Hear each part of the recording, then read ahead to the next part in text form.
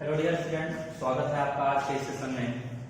और अभी तक हम अपना चैप्टर अपना चल रहा है चैप्टर 2 फिजिक्स का 11th फिजिक्स। चैप्टर का नाम है यूनिट्स एंड मेजरमेंट। हम इसमें डायमेंशन कैलकुलेट करना सीख रहे थे। लास्ट लेक्चर में बहुत सारे फॉर्मूला का हमने डायमेंशन कैलकुलेट किया था।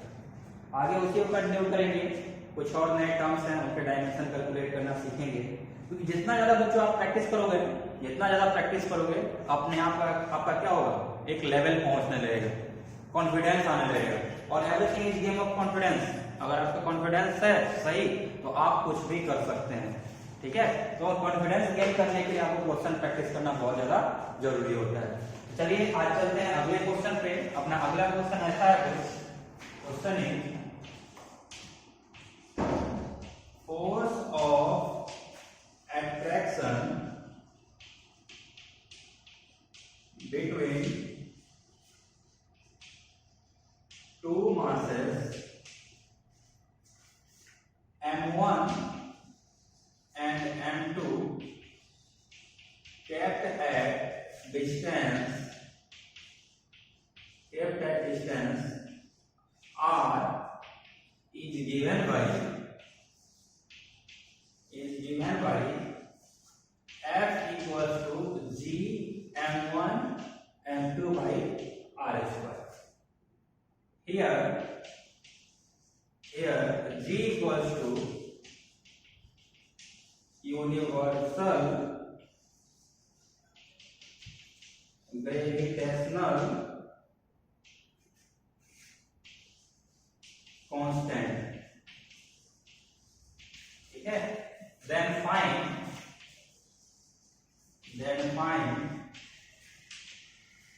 dimension of G।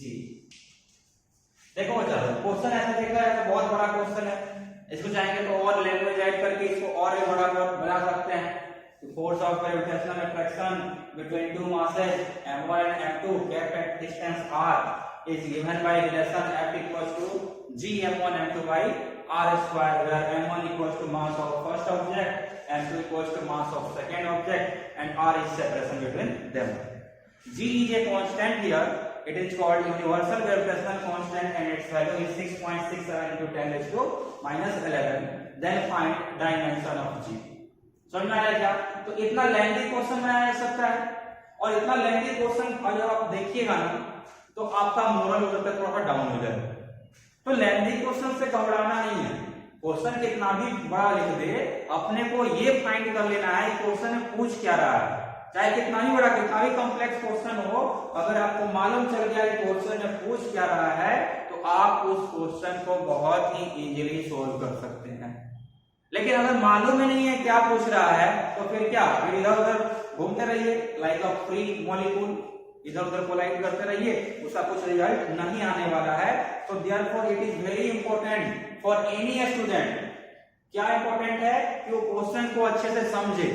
2 बार पढ़िए, 3 बार पढ़िए क्वेश्चन को। शुरुआत में जस्ट आप अभी 11th में आए हैं ना, तो क्वेश्चन को खूब ध्यान से रीड करने की आदत डालिए। एक बार आप रीड करने की आदत डाल दी ना क्वेश्चन को, तो उसके बाद तो सॉल्व करना बहुत आसान हो जाएगा।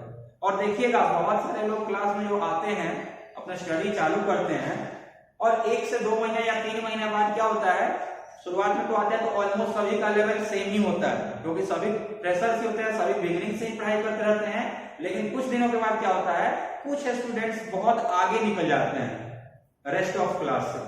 इसके पीछे का सिर्फ और सिर्फ एक रीजन है, स्टडी तो बाकी सब भी स्टडी तो ऑलमोस्ट 70% ऑफ क्लास बहुत अच्छे ढंग से मन लगा के स्टडी करती है, लेकिन 10% स्टूडेंट बहुत ज्यादा आगे निकल जाते हैं। और इसके पीछे का रीजन ये है कि स्टडी अच्छे से करने के साथ साथ उन्होंने क्या डाला है, वो बहुत अच्छे से क्वेश्चंस को अटेम्प्ट कर रहे हैं, बहुत ध्यान से पढ़ रहे हैं और समझ रहे हैं।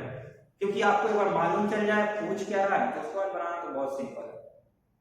वैसे ही इस क्वेश्चन को हम देखते हैं, तो यहाँ पे क्या बोल रहा है, फोर्स वगैरह का रिलेशन दिया हुआ है। रिलेशन दिया हुआ है किसका, फोर्स का रिलेशन दिया हुआ है, और अपने से पूछ क्या रहा है, जी का डायमेंशन पूछ रहा है। सिंपल है, इतना बड़ा क्वेश्चन है, लेकिन पूछ क्या रहा है, इस रिलेशन में जी का डायमेंशन पूछ रहा है। चलिए फाइंड करते हैं। तो फाइंड करने चलेंगे इसको।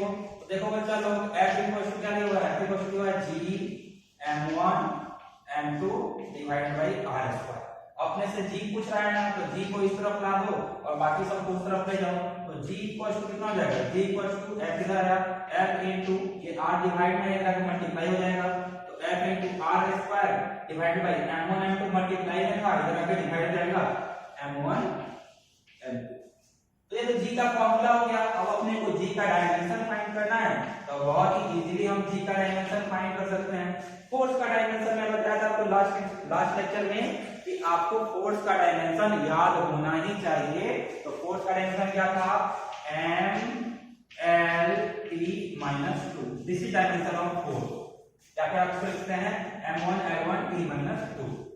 डिस्टेंस की बात करेंगे, डिस्टेंस क्या था, दोनों चार्ज के बीच का डिस्टेंस था, जो दोनों मास के बीच का डिस्टेंस था। जैसे मान लो ये दो मास है m1 m2, इन दोनों के बीच का डिस्टेंस कितना है, r है। तो r क्या है, r एक डिस्टेंस है, डिस्टेंस मतलब लेंथ, और लेंथ का डायमेंशन क्या होता है, l होता है। तो यहाँ पे f के बाद r का डायमेंशन रखे और r स्क्वायर है मतलब l स्क्वायर। सिमिलरली ये मास इनटू मास, मास का केजी मास का केजी, या फिर आप बोल सकते हैं कि क्या है, मास को हम m से रिप्रेजेंट कर सकते हैं। तो this will be equal to m into m। अब इस सभी को जब हम सॉल्व करेंगे, then we will have dimension of universal gravitational constant g, and this will be equal to m1 m2 नीचे हो गया, ऊपर जाके -2 हुआ, +1 -2 कितना जाएगा, m-1 L1 और L2 दोनों मिले कितना हो गया, L3, और t-2 अकेला है तो t-2। This is dimension of universal gravitational constant. Okay बच्चों, तो आई होप आपको ये समझ में आ गया होगा बहुत अच्छे से। जल्दी से इसको नोट डाउन कर लीजिए, फिर चलते हैं आज के अगले क्वेश्चन में।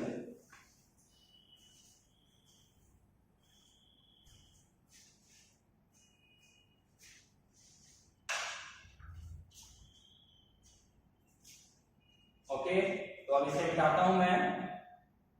अगर आप लिखने में पीछे रह गए होंगे तो वहीं पे वीडियो को रोकिए और फिर से क्या कीजिए, पहले इसको नोट कर लीजिए, देन आगे चलिए, क्योंकि पढ़ाई के साथ साथ आपका नोट्स में he is very important job. जब तक आपका नोट्स कंप्लीट नहीं है अच्छे से, तब तक आप जो भी पढ़ रहे हैं वो उतना आपको इफेक्ट नहीं दे पाएगा, क्योंकि नोट्स आपको क्या करता है, लॉन्ग टर्म में बहुत हेल्प करता है। तो next question is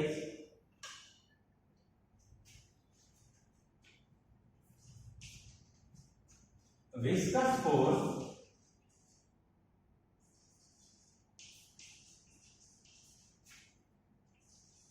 on a sphere, viscous force on a sphere of radius small r falling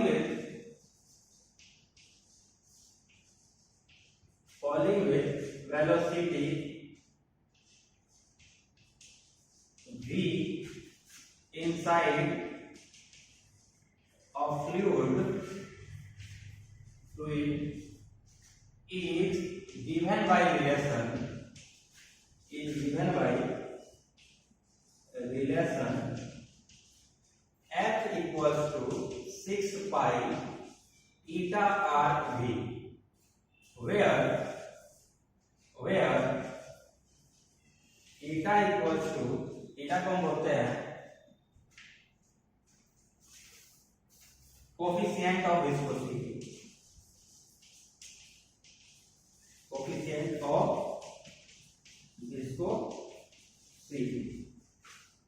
then find, and it is a constant,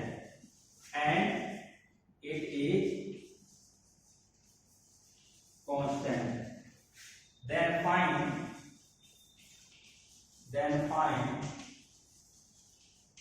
dimension of eta। तो अगेन आपके पास बच्चों क्या आया, एक नया टर्म आया। सही बच्चे पहले क्वेश्चन लिखेंगे, उसके बाद हम इसको डिस्कस करेंगे ग्रेजुअली, एक पॉइंट कवर करके। मैं फिर से एक बार क्वेश्चन रीड कर दे रहा हूं। Question is viscous force on A sphere of radius r falling with velocity v inside a fluid is given by relation f equals to 6 pi eta rv, where eta equals to, ये जो n है, इस तरह का जो n लिख रहे हैं ना, इसको हम ईटा पढ़ते हैं, एंड ऐसा लिखते हैं, उसमें क्या होगा, उसमें थोड़ा सा इस टर्म को एक्सटेंड करके ऐसे कर दो, तो ये क्या हो जाएगा, ये ईटा हो जाएगा। ये सभी क्या है, ये सभी ग्रीक अल्फाबेट है, अल्फा बीटा गामा थीटा ईटा, ये सब का है वहां के अल्फाबेट है, ठीक है। तो यहाँ पे होता है क्या कि ये जो ईटा है, ईटा क्या है, ईटा कोफिशिएंट ऑफ विस्कोसिटी है। ईटा क्या है, कोफिशिएंट ऑफ विस्कोसिटी है। जो भी हो, अपने को उससे मतलब नहीं है। क्या अपने पास ईटा का रिलेशन है, तो हाँ अपने पास ईटा का रिलेशन है। क्या अपने पास एक ऐसा फॉर्मूला है जिसमें ईटा टर्म एग्जिस्ट कर रहा हो, तो हाँ हमारे पास एक ऐसा फॉर्मूला है जिसमें ये टर्म एग्जिस्ट कर रहा है। और अगर अपने पास फॉर्मूला है तो अभी तक के नॉलेज के अनुसार हम क्या कर सकते हैं, हम इजीली इसका डायमेंशन फाइंड कर सकते हैं। डायमेंशन ही ना पूछा है, इसका डायमेंशन ही ना पूछा है, तो चलिए फाइंड करते हैं। एक बार फिर से देख लीजिए, क्वेश्चन में क्या बोला है, बॉल जो है कोई स्फीयर है, वो फ्लूइड के अंदर गिर रहा है। फ्लूइड क्या होता है, फ्लूइड होता है जो फ्लो कर सके। एयर को हम फ्लूइड बोलते हैं, वाटर को हम फ्लूइड बोलते हैं, ठीक है ना। तो यहाँ पे देखिए, आप इसको डायग्राम वाइज समझना चाहिएगा, कैसे समझ सकते हैं। ये एक स्फीयर है, ये नीचे v वेलोसिटी से गिर रहा है, इसका रेडियस r है, तो इसमें विस्कस फोर्स ऊपर की तरफ लगता है। विस्कस फोर्स जो होता है वो ऊपर की तरफ लगता है, और उस फोर्स का रिलेशन ये होता है। चलिए बच्चों इसको सॉल्व किया जाए। We are having F equals to 6 pi eta r v। तो यहां से हम बोल सकते हैं कि ईटा का वैल्यू क्या होगा, ईटा को इधर रखिए, बाकी सबको इधर लेके आ जाइए, तो कितना जाएगा, F divided by 6 pi r v। तो ये F ऑफ 6 और पाई क्या है, 6 और पाई एक डायमेंशनलेस क्वांटिटी है, बिकॉज़ 6 का वैल्यू भी फिक्स है और पाई का वैल्यू भी फिक्स है। 6 का वैल्यू फिक्स है, कांस्टेंट है 6, पाई का वैल्यू भी फिक्स है, पाई भी क्या है, कांस्टेंट है। तो अब क्या करेंगे, अब अपने को अगर ईटा का डायमेंशन फाइंड करना है तो सभी क्वांटिटी का डायमेंशन को आप रखिए। तो फोर्स का डायमेंशन बच्चों अपने को मालूम है mlt-2। सिमिलरली रेडियस r क्या है, रेडियस का डायमेंशन अपने को मालूम है। रेडियस का डायमेंशन क्या होता है, रेडियस इज लेंथ का मेजर करते हैं, मीटर सेंटीमीटर मिलीमीटर, इस टर्म में हम रेडियस को मेजर करते हैं। तो रेडियस की जगह पे r की जगह हम l लिख सकते हैं। और v फॉर वेलोसिटी, वेलोसिटी क्या होता है, मीटर पर सेकेंड, मीटर पर सेकेंड मतलब डिस्प्लेसमेंट बाय टाइम। डिस्प्लेसमेंट को किसमें मेजर करते हैं, मीटर में, और टाइम को सेकेंड में। मीटर पर सेकेंड की बात हो रही है, यानी length by time, length by time. Okay बच्चों, अब इसके आगे आते हैं, यहाँ पे अपने को मालूम चलेगा फिर क्या, ईटा का डायमेंशन जो है, dimension of eta equals to, ये क्या है, मास में कितना है, m है, इसको ऐसे लिखते हैं फिर से mlt-2। ये रहा फोर्स वाला वैल्यू, ये रहा l into l क्या हो गया, l⁻t2, और t नीचे है, ऊपर लेके आएंगे तो माइनस हो जाएगा, तो t⁻⁻1। इतना ये टर्म आ गया। अब चलिए इसको कैलकुलेट करते हैं कैसे आगे। ये क्या हो गया, इज इक्वल टू m, और l ऊपर प्लस में प्लस l और नीचे प्लस l2 है, तो ये ऊपर जाके माइनस हो जाएगा, तो कितना हो जाएगा l⁻⁻1।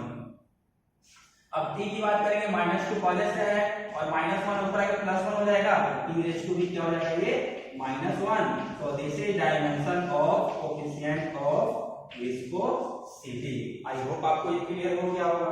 तो क्वेश्चन के लैंग्वेज पे नहीं आना है, क्वेश्चन के लैंग्वेज को देख के अपने को घबराने की बिल्कुल भी जरूरत नहीं है, क्योंकि बहुत ही आसानी से, बहुत सिंपली हम उसको सॉल्व कर सकते हैं अगर आपसे इन सभी टर्म्स को।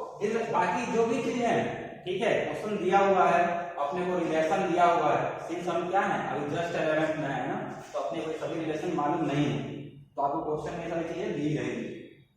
अगर ये सब चीजें दी रहेगी हम बहुत इजीली उसको फाइंड कर सकते हैं। चलिए से देखिए, इसके बाद चलते हैं अगले क्वेश्चन पे।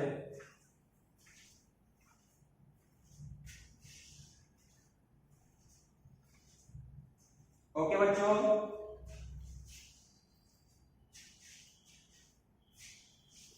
अगला क्वेश्चन, स्ट्रेस।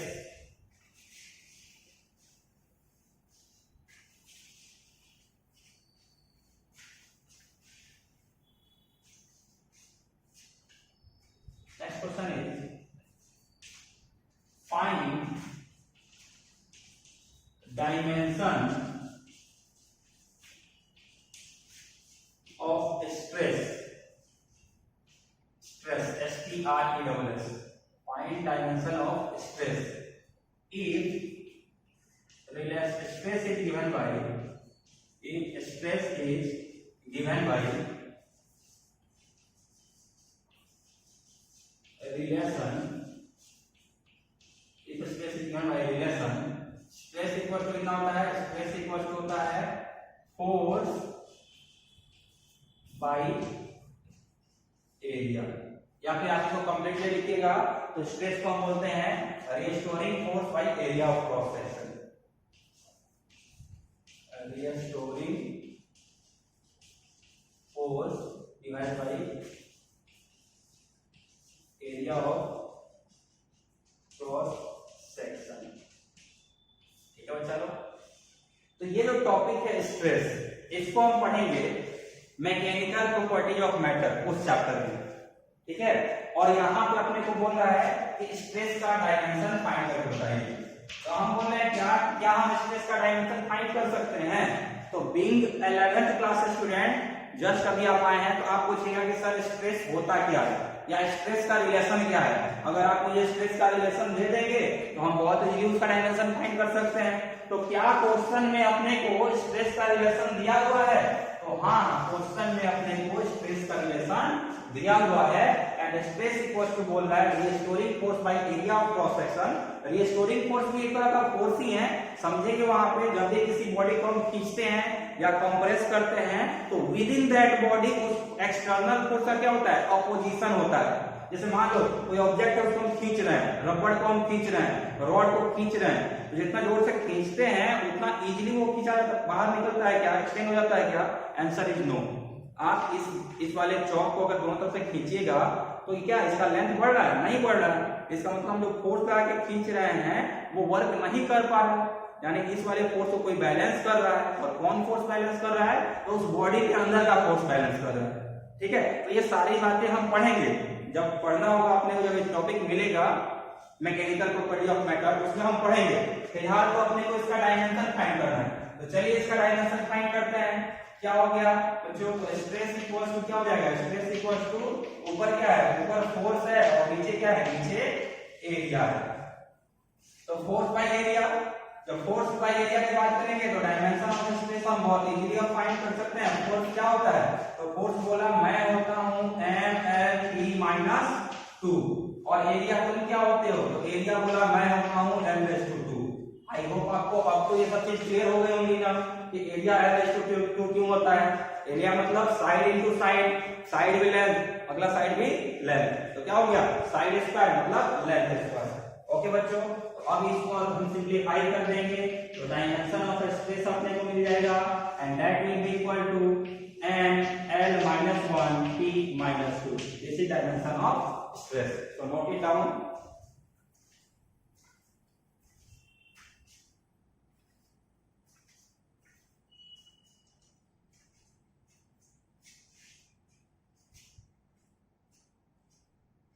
तो बच्चों आई होप स्ट्रेस का क्लियर हो गया होगा। टर्म आपको अटपटा लग सकता है, नया नया जो टर्म मिल रहा है, moment of inertia, coefficient of restitution, radius of gyration. ठीक है, तो ये जो खतरनाक आपको जो टर्म मिल रहा है ये अपने को आगे पढ़ना है। फिलहाल बस हम उसका डायमेंशन फाइंड कर रहे हैं, और डायमेंशन फाइंड करने के लिए जरूरी नहीं है कि हमको उसके बारे में सब कुछ नॉलेज हो ही, सिर्फ अगर अपने को उसका रिलेशन मालूम रहेगा तो हम उसका डायमेंशन फाइंड कर सकते हैं। ठीक है ना बच्चों, आगे चलते हैं।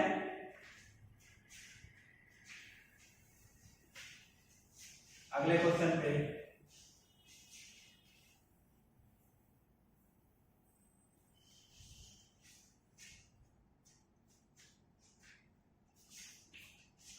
Find dimension of strain. इसका स्ट्रेन का डायमेंशन फाइंड कीजिए। Find dimension of strain, STRAIN। इफ strain is given by relation,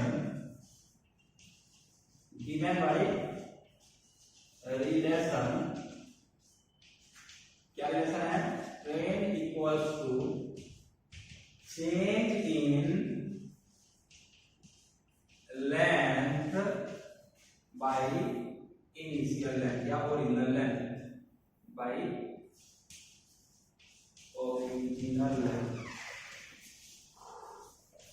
strain equal to change in length by original length. Okay बच्चों, चलिए इसको सॉल्व करते हैं।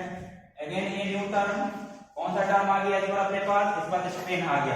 क्या हम स्ट्रेन के बारे में पहले से सुने हैं? नहीं, हम स्ट्रेन के बारे में पहले से कुछ नहीं जानते हैं, हमको तो मालूम नहीं है कि स्ट्रेन क्या होता है। लेकिन अगेन हमसे क्या पूछ रहा है? स्ट्रेन का डायमेंशन पूछ रहा है। तो क्या अपने पास स्ट्रेन का रिलेशन है? तो हाँ, अपने पास स्ट्रेन का रिलेशन है। और अगर अपने पास स्ट्रेन का रिलेशन है तो हम इसका डायमेंशन क्या कर सकते हैं? बहुत ही इजीली फाइंड कर सकते हैं। Since we are having relation therefore we can easily find its dimension.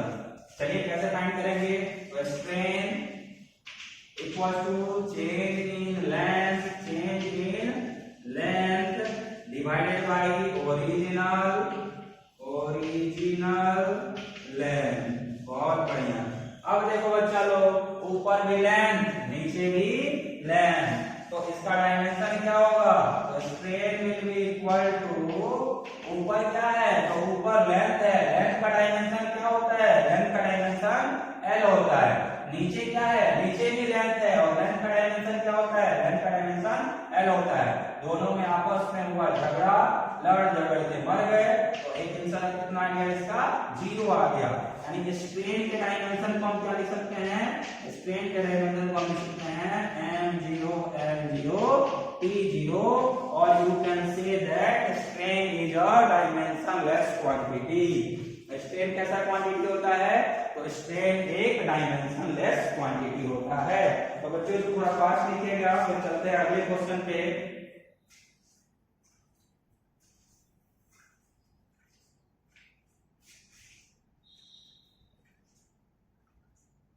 Our next question is,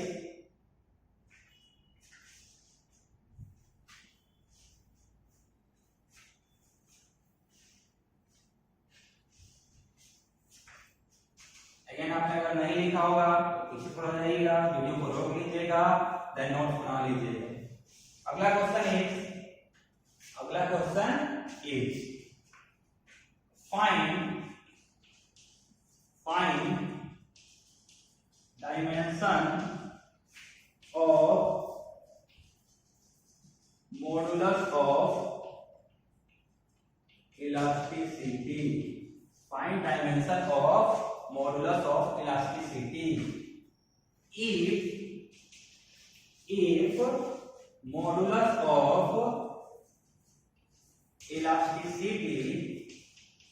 elasticity is given by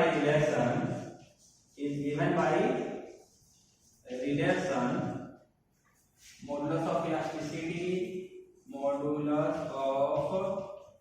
elasticity equals to stress by strain ये अपने को क्वेश्चन दिया हुआ है। तो अगेन अब खतरनाक टर्म अपने सामने मिला, मॉडुलस ऑफ इलास्टिसिटी। ठीक है, जैसे moment of inertia, radius of gyration, ठीक है, वैसे ही क्या कोएफिशिएंट ऑफ डिस्ट्रीब्यूशन, वैसे ही एक नया टर्म क्या मिला? Modulus of elasticity.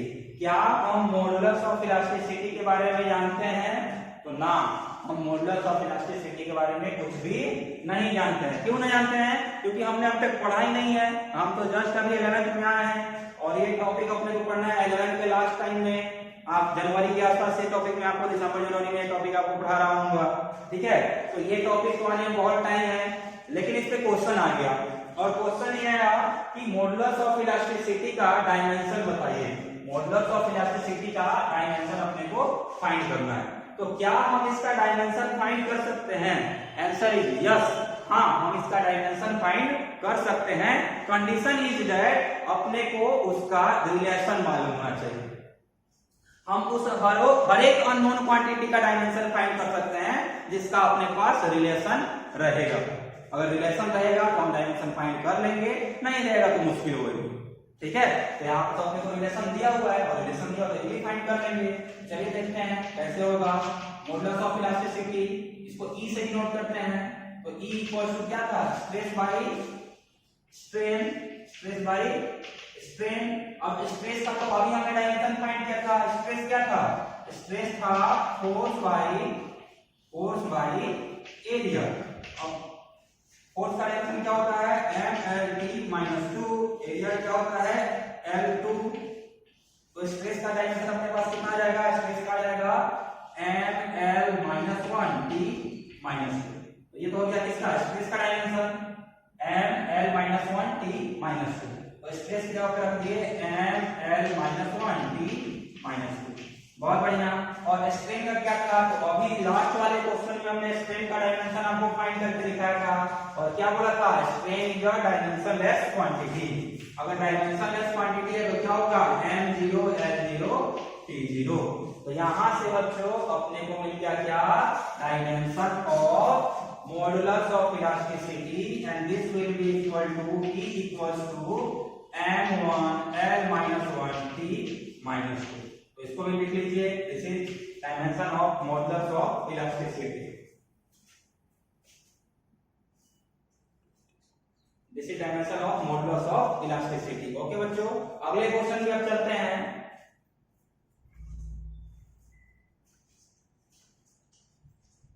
जल्दी थोड़ा फास्ट लिखिएगा इसे। और next question is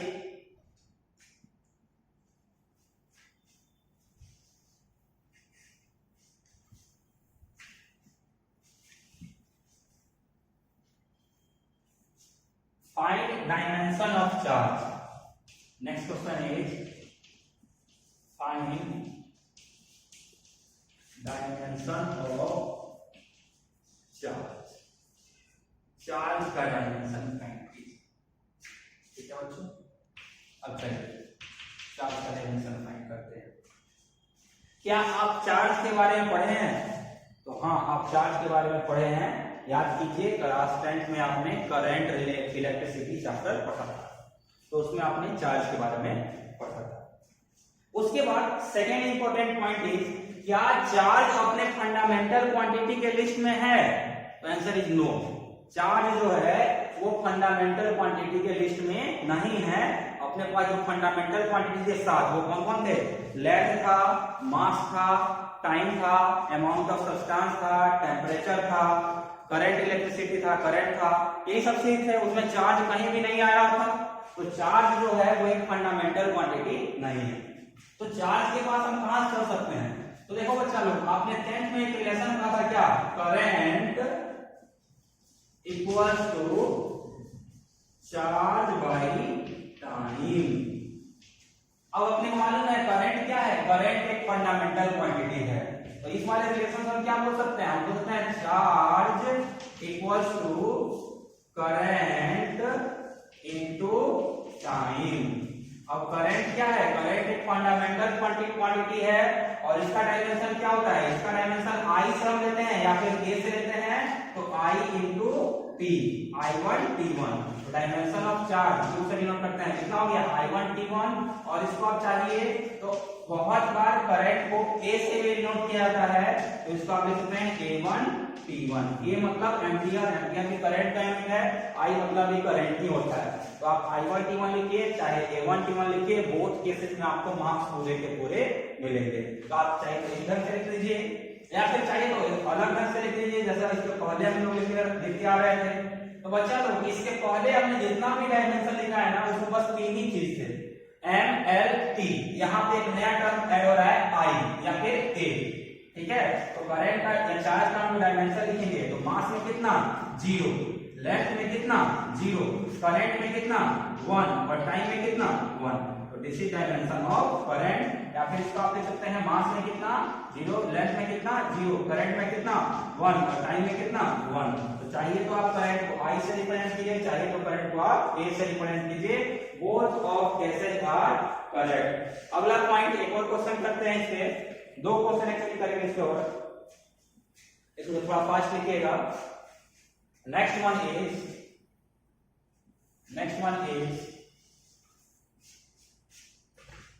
next question is find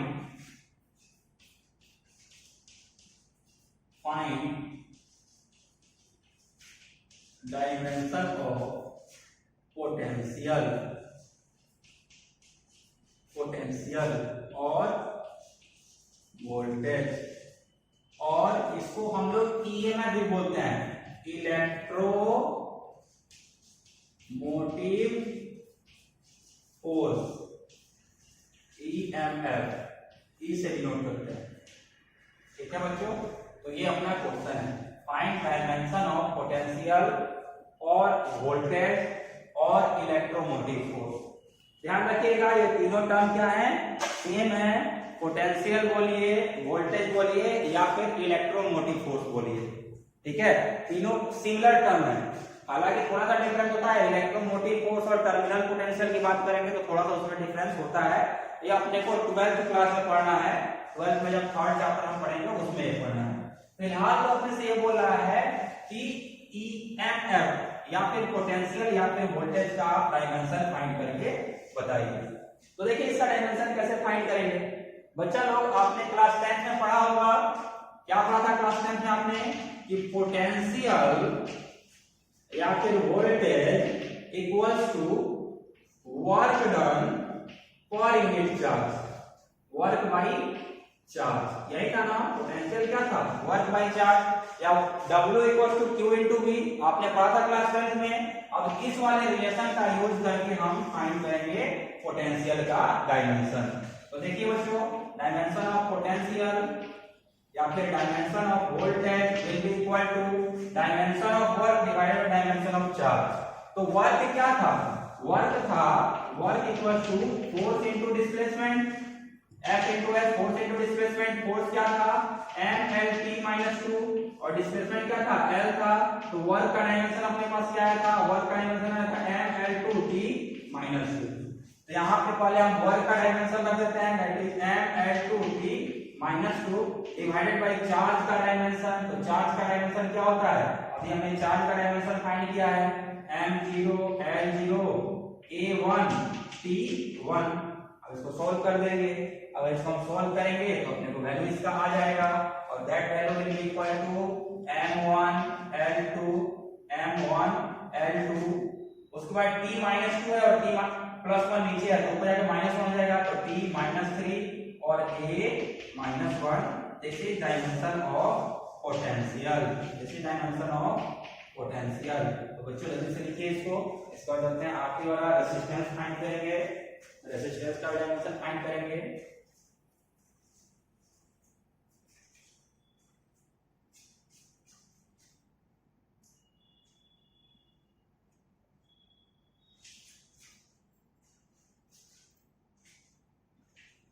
बच्चों अगला क्वेश्चन है, find dimension of resistance, find dimension of resistance.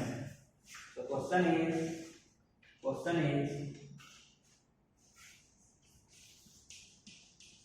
Find dimension of resistance. अब बच्चा लोग रेसिस्टेंस को आप जानते हैं, क्लास 10th में आपने रेसिस्टेंस के बारे में पढ़ा था। जब हम करंट चैप्टर पढ़ रहे थे क्लास 10th में तो उस वक्त आपने देखा होगा ओम्स लॉ। ओम्स लॉ क्या था, V equals to I into R। तो यहाँ पे हम क्या बोल सकते हैं, यहाँ पे होता है R equals to V by I, V for potential and I for current. आइए वैल्यूज को रख देते हैं। तो V का वैल्यू कितना है, V का वैल्यू है m1 L2 T - 3 and A - 1। ये किसका हो गया, ये हो गया पोटेंशियल का डायमेंशन। और करंट का डायमेंशन क्या होता है, करंट का डायमेंशन होता है A। करंट का डायमेंशन कितना होता है, A से इसको रिप्रेजेंट करते हैं या फिर I से रिप्रेजेंट करते हैं। तो सिंस यहाँ पे हम A से रिप्रेजेंट किए हैं, इसलिए यहाँ पे हमने किससे रिप्रेजेंट किया, इसको A से ही रिप्रेजेंट कर दिया। तो फाइनली अपने पास आ जाएगा dimension of resistance, dimension of resistance equals to m1 L2 T - 3 A - 1 पहले से ऊपर है, ये भी गया तो कितना हो जाएगा A - 2। So this is dimension of resistance. I hope आपको आज का लेक्चर बहुत अच्छे से क्लियर हो गया होगा और आई होप आपका कॉन्फिडेंस भी अब इतना डेवलप हो गया होगा कि किसी भी पार्टिकुलर टर्म का, किसी भी क्वांटिटी का, किसी भी फॉर्मूला का आपसे अगर डायमेंशन पूछता है और आपको अगर फॉर्मूला वो नोन होगा तो आप बहुत ही इजीली उसका डायमेंशन फाइंड कर सकते हैं। आपका एक होमवर्क रहेगा बच्चों कि हमने जितना भी अभी तक डायमेंशन फाइंड किया है, 20-25 क्वेश्चंस का तो डायमेंशन हमने फाइंड किया होगा, 20-25 फिजिकल क्वांटिटी का डायमेंशन हमने फाइंड किया होगा। आपको उसमें से वो डायमेंशन एक साथ इकट्ठे करके लिखने हैं जिनका डायमेंशन सेम आ रहा है। जैसे वर्क का, एनर्जी का, टॉर्क का, इन सभी का डायमेंशन क्या आ रहा था? सेम आ रहा था। तो जिनका जिनका डायमेंशन एक जैसा आ रहा है उन सभी क्वांटिटीज का बस आपको एक साथ लिस्ट तैयार कर देना है। ये आपका होमवर्क रहेगा। और इसके बाद अपने नेक्स्ट लेक्चर में हम आपको बताएंगे कि डायमेंशन का क्या इंपॉर्टेंस होता है, डायमेंशन कहाँ हम यूज करते हैं फिजिक्स के स्टडी में। ओके बच्चों, thank you very much for joining today. I hope आपको आज का लेक्चर बहुत अच्छा समझ में आया होगा, और अगर समझ में आया है तो एक बड़ा सा थम्स लाइक कीजिए और हमारे चैनल को सब्सक्राइब बिल्कुल कीजिए। हमारा चैनल है जंग group of school. Thank you very much.